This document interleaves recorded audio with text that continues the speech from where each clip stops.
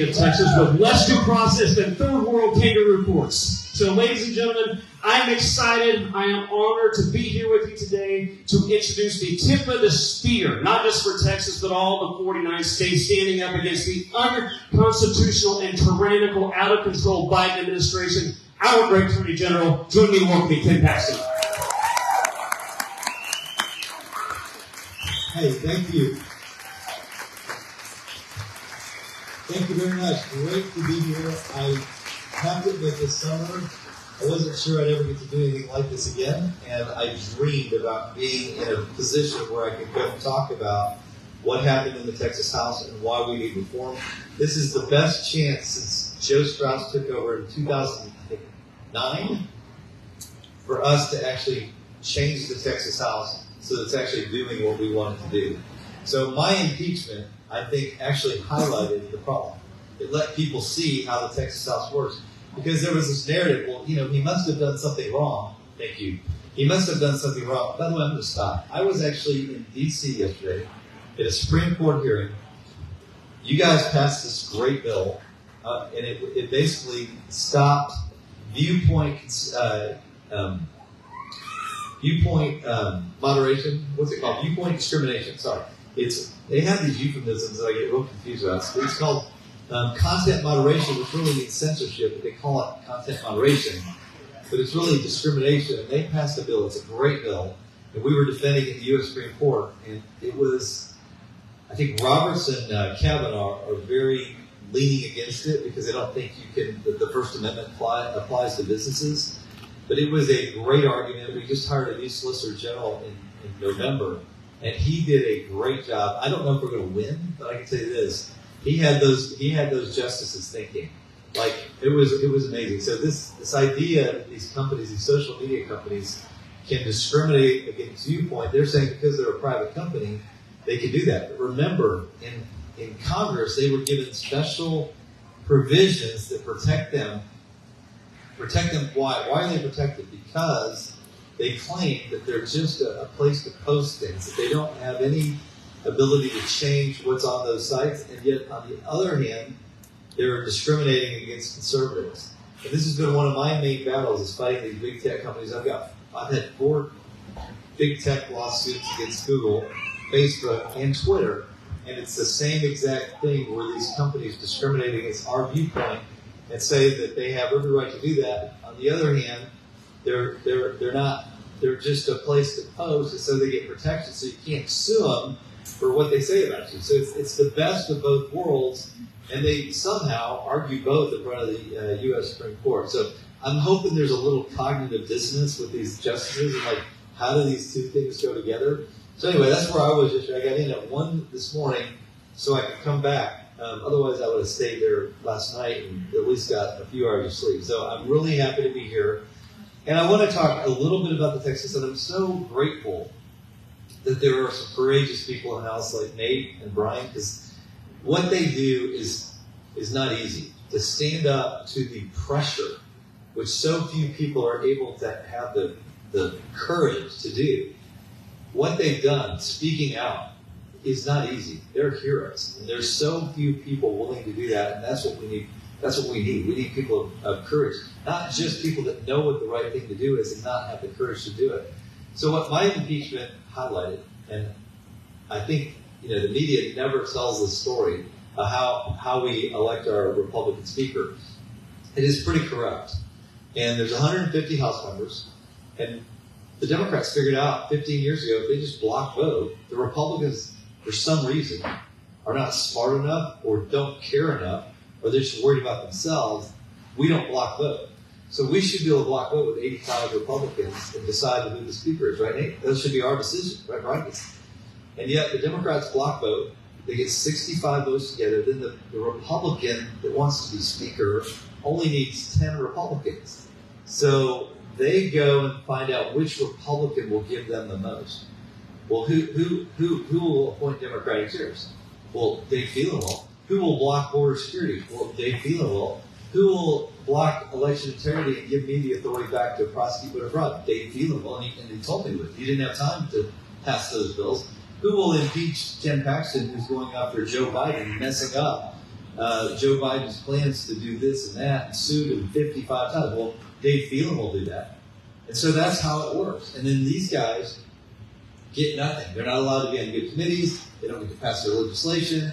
They are the worst of the worst. Not the Democrats. The Democrats are part of the team. That is how it works. And so when you hear the narrative, well, how did these, it must be true that these Republicans, they have something on Ken Paxton because it's them doing it, not the Democrats. That's as much a lie as there ever was. The House General Investigating Committee, 5-member committee that investigated me, 3 Republicans, 2 Democrats.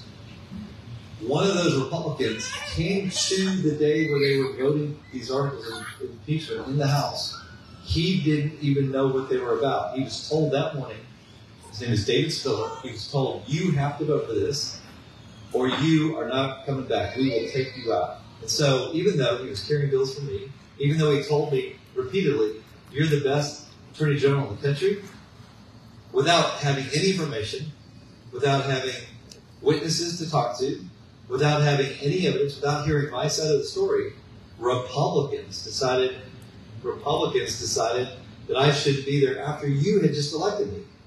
It's the craziest thing that I've ever seen. I was shocked that they had the guts to do it. But Dave Phelan, mark my words, he is absolutely controlled by the Democrats, and there's a couple of other pieces of evidence. Dave Phelan's top lawyer, what's his name?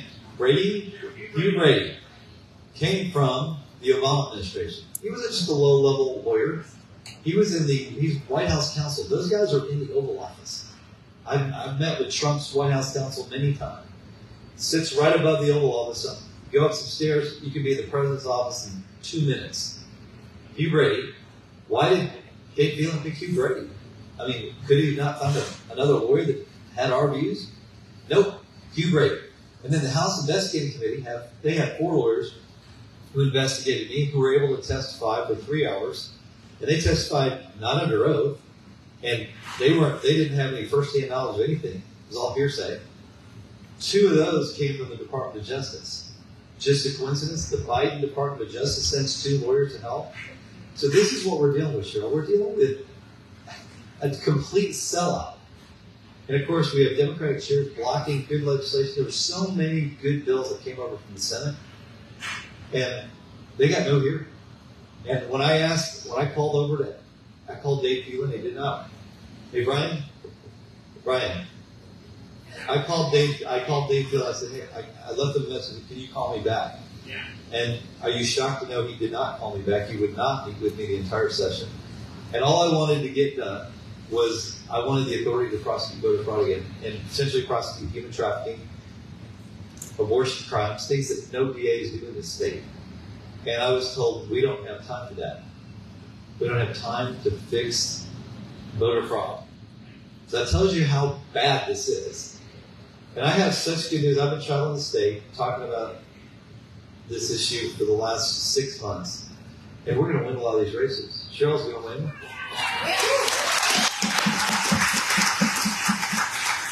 But it doesn't come without a lot of effort. And we're not done until we're done. We're not done until Election Day at 7 o'clock on March the 5th.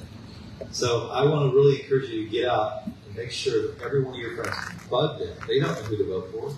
No one knows state representatives when they're first running, especially. Since this is an open seat, we have an amazing opportunity to replace somebody that is, in my opinion, part of the problem. Craig Goldman is part of the problem. Hey, John knows. John O'Shea running for Congress. This is the guy you need to vote for. He's an amazing guy. I didn't even speak to him. So John and I have been friends for 20 years, and I'm going to tell you, I have met few people like him who are as solid on their word and as conservative. And I know you may not know him. You may not have known that, but he is the guy to vote for. And I've been dealing with John for, like I said, 20 years, and there's very few people I trust as much as him. So I want you guys to know that. And I also met, where's Vince? Is Vince still here? Okay, this guy, running for district judge against one of the most corrupt judges I have ever known. His name is George Gallagher. He did so many bad things that he doesn't follow state law. He's extremely liberal. He's been sitting there for over 20 years. So we need to replace him with Vince. Anyway, Craig Goldman was one that, so John Smithy got up on the House floor, and you guys were there, and he was talking about, I'm a lawyer, I've been a lawyer a long time. I haven't heard any evidence. I don't have any ability to cross-examine witnesses. The other side is not yet to present their side. He gave this great speech. And minds are starting to turn. Some of the Republicans are going, wait a minute, this is pretty crazy. This will be an impeachment with no due process, no following state law, no following the Constitution, and we're gonna do that. And they were, starting to think about it. It's John Smith he's talking about. And who goes around the House floor? Craig Goldman and Morgan Meyer to tell these people, these Republicans, you have no choice on this. This is a speaker vote. You have to do this. Don't listen to any of this stuff about due process. Don't worry about the state laws. Don't worry about the Constitution. We control that. Don't worry about it. Am I wrong? Remember, I don't think you told your story. These guys got pulled back, and they were told that they needed to vote to impeach me, and they were like, well, can we see the evidence? No, can't see the evidence. Can we, meet the witnesses and talk to them? No. Can we hear the other side of the story? No. And the answer was, why? Why would we not have due process? Why wouldn't we follow state law? What was the answer? If we give them enough time, it's going to be evidence. Oh my gosh, you know why? Because they didn't want you to know what was going on. They did it secretly. Why wouldn't they just do this out in public? I mean, all this bad stuff. Let's just talk about it. Why do they want to keep it secret? Because they don't want you to know what's going on.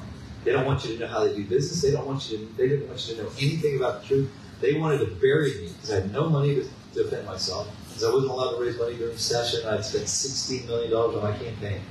They put a gag order on me, Senate did, so I couldn't talk. I couldn't respond, so they just hit me. The media hit me, and I could do that. I didn't have the information. They were supposed to turn it over under subpoenas from Dan that we sent through Dan Patrick. They never sent all the information. They hid half of it. So they were hoping that I would quit. And the reason I didn't quit is because you elected me. The reason I'm still here is because you guys wouldn't shut up and you kept talking to the Senate. So I promised myself I would make them go through the whole process. I didn't care how bad it got for me. I was going to make them vote, make them do it so that you guys would know the truth. And the truth would all come out. And so that's why I stayed. And I'm so grateful that I'm here. I think that we have to make sure we take the Texas House back because we've got to fix this election integrity stuff, but we're not going to be able to hold Texas. We also need to elect a new Court of Criminal Appeals. I'm just going to give you the names. I'm not going to talk a long time about it today. But the Court of Criminal Appeals is a disaster. They're all Republicans. None of us know who they are. I'm convinced that George Soros got involved in not electing the DAs in the liberal counties, so they won't prosecute. And then he also got involved with the Court of Criminal Appeals. And so if we do not replace this court, so I'm going to give you 3 names that I need you to spread around. Gina Parker, Lee Finley, and David Schenck. And we just got him endorsed by Trump yesterday. So